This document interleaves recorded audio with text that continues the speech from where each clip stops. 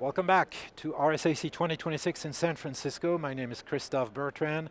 I'm the principal analyst here at theCUBE Research, and we're going to be talking about data loss prevention, or maybe other things, with Ronan Murphy, Chief Strategy Officer at Forcepoint. Welcome, Ronan. Delighted to be here, thank you. Great to have you here. Tell us about yourself. My name is Ronan Murphy. I'm the Chief Data Strategy Officer with Forcepoint, and delighted to be here at RSA 2026. So tell us about the customer problems you're solving today at Forcepoint. So Forcepoint is a global leader in data security. We've been around for a long time, right? Over 20 years. Many of your viewers will be familiar with the old WebSense. Well, that's effectively who we are. Right. So we've a long heritage of working in data loss prevention, CASB, and obviously now data security. Right, and it's an area I've been tracking for many years as an analyst, but also on the vendor side, had a number of partnerships through the years. So let's talk about data loss prevention, because I like to joke, well, that's the market that never was. Yes. And now actually is. Correct. And I'm curious about that, we'll talk more about that. So what's your take on DLP? Is it a buzzword? What does that really mean to the market? You know what, I totally agree with you. DLP is a very tough industry, right? It's a very tough sector, and it was something that was driven, I would say, predominantly by regulatory mandates. Right. So the regulators came in, they said you have to have DLP capabilities for, you know, regulated data like PII or CUI data or payment data. So DLP became almost, I would say, a tick-the-box compliance requirement. And you know, you could argue that DLP is almost an impossible task, because data, unlike, let's say, vulnerability management, is not standardized.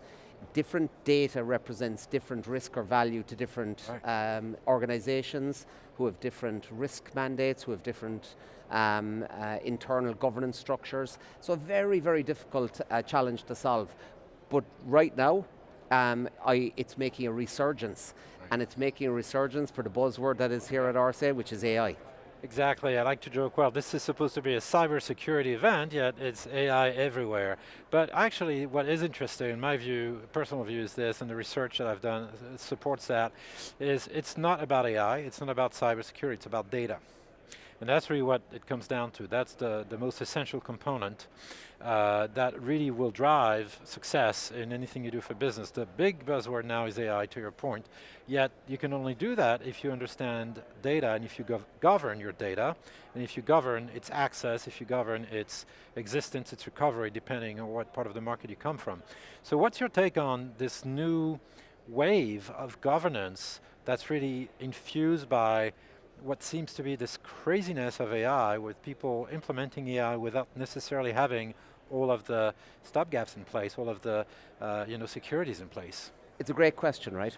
What I tend to do, what I like to do, is I like to maybe take AI out of it for a moment, right? And look at the macro initiatives that any organization has from a board level perspective. Okay. And they will typically be, outside of your typical sales and finance and marketing, they've got a modernization agenda. They're probably looking at how to get improvements in productivity. They're looking at how they drive automation. They're looking at how they can improve research and development. And AI forms a fundamental part of all of those macro mandates. So, you know, whether you're trying to drive automation using Agentic AI, whether you're trying to improve productivity with copilots, whether you're trying to make smarter decisions on research and development using LLMs. And as you rightly say, the oxygen for any of those initiatives is your data. And data is tough, it's tricky, because data could be on-prem in NetApp, or SMB drives, or endpoints. Data can be in the cloud, in Microsoft, in Oracle, in Google, in Amazon. Data is like water, it literally goes everywhere. And if you don't have a capability to put the correct guardrails around that data, then obviously you introduce very significant substantive risk to any organization that wants to operationalize these very powerful tools across their business.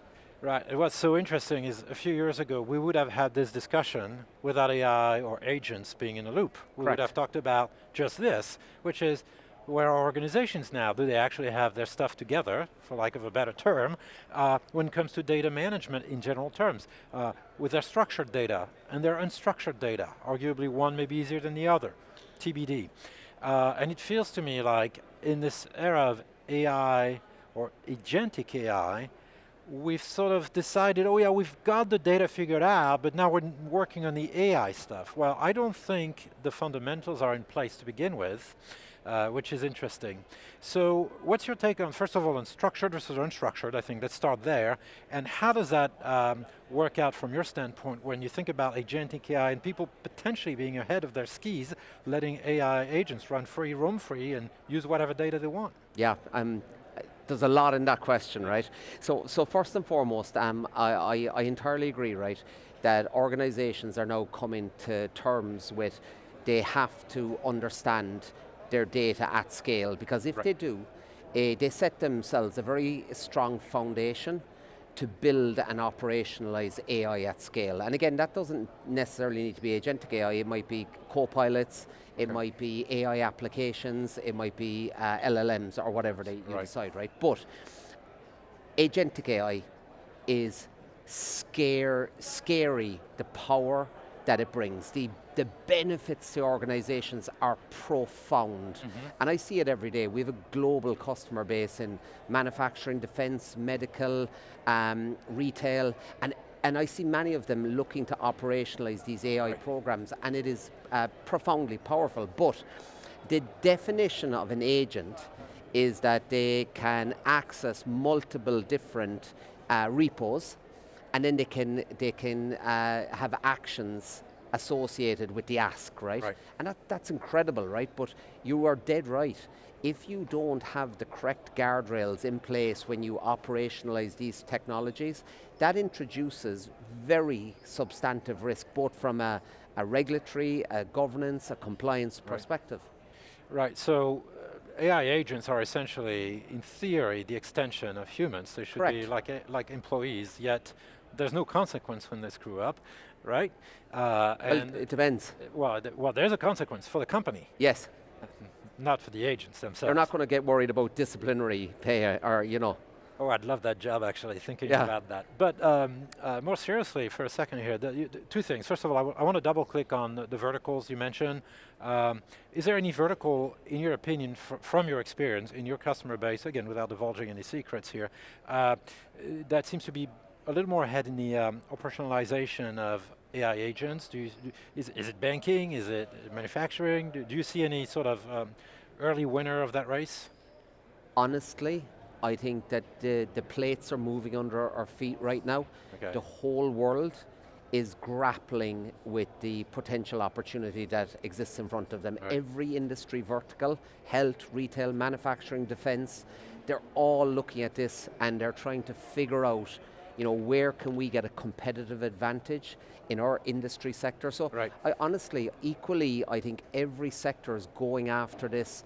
I would say from operationalization of R&D initiatives with these technologies, manufacturing obviously is an area where you can definitely get a competitive edge very quickly. Our companies that are looking to replace large offshoring call center type business with these agent capabilities. That's interesting. So kind of an even playing field at this point. Yeah.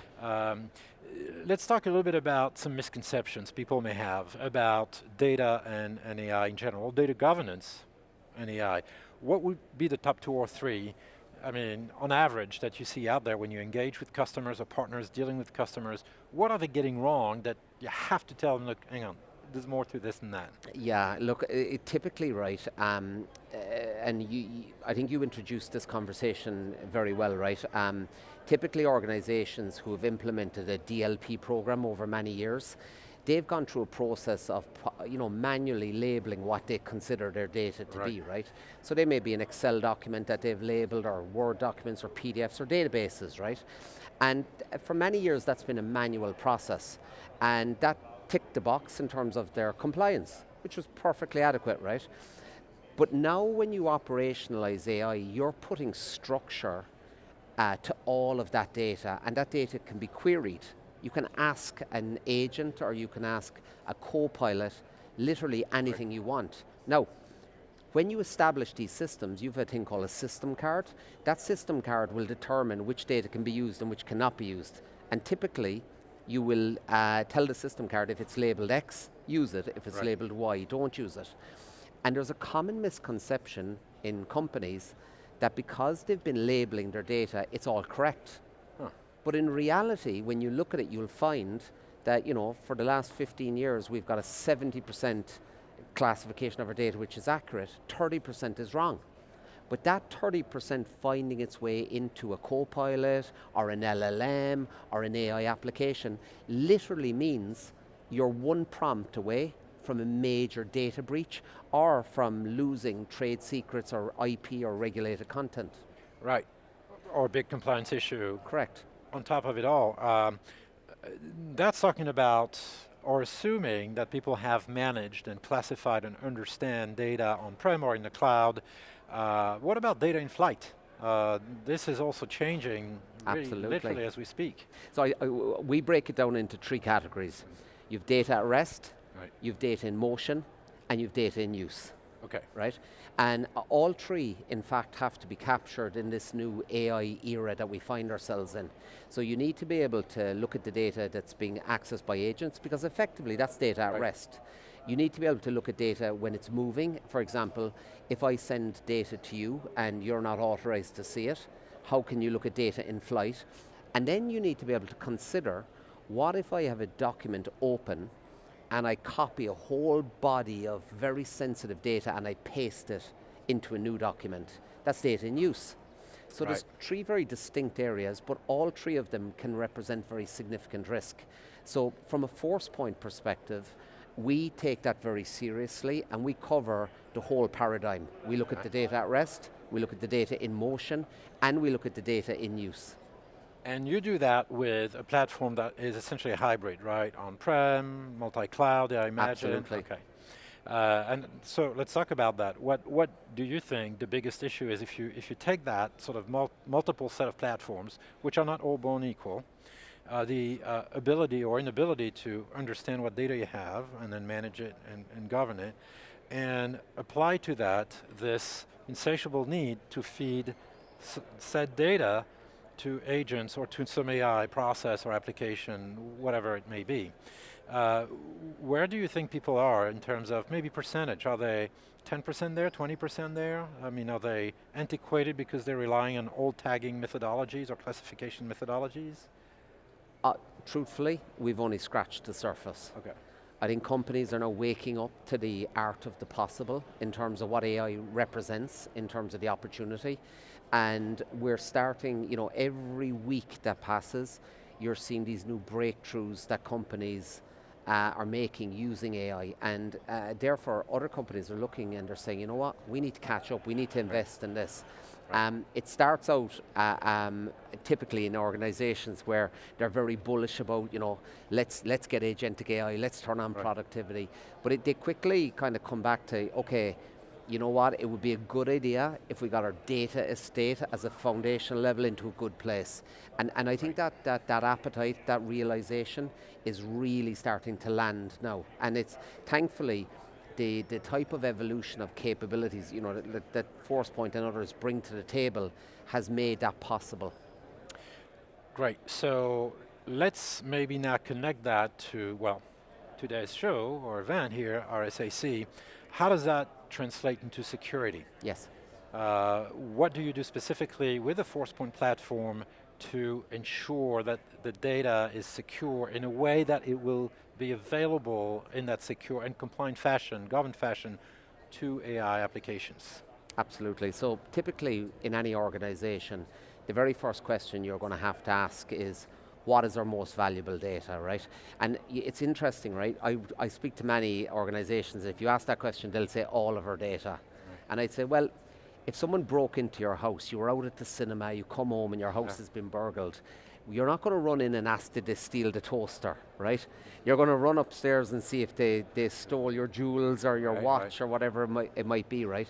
Data is the same, right? There's specific data assets that represent the most value. And again, it might be trade secrets, it might be PII, it might be regulated content, right?